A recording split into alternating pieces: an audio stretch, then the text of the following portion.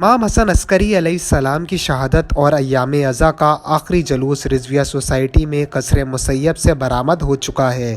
جلوس میں پہلی مجلس ازا ہوئی جس میں مولانا سید علی رضا رضوی نے خطاب کیا۔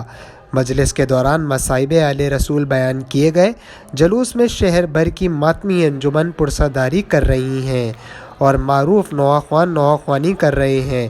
علم، ذوالجناح اور عماریہ سمیت دیگر تبرکات کی زیارت کی جا رہی ہے۔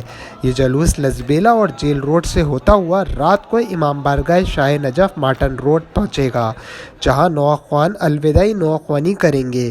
اس جلوس کو چپ تعزیہ کا جلوس بھی کہتے ہیں۔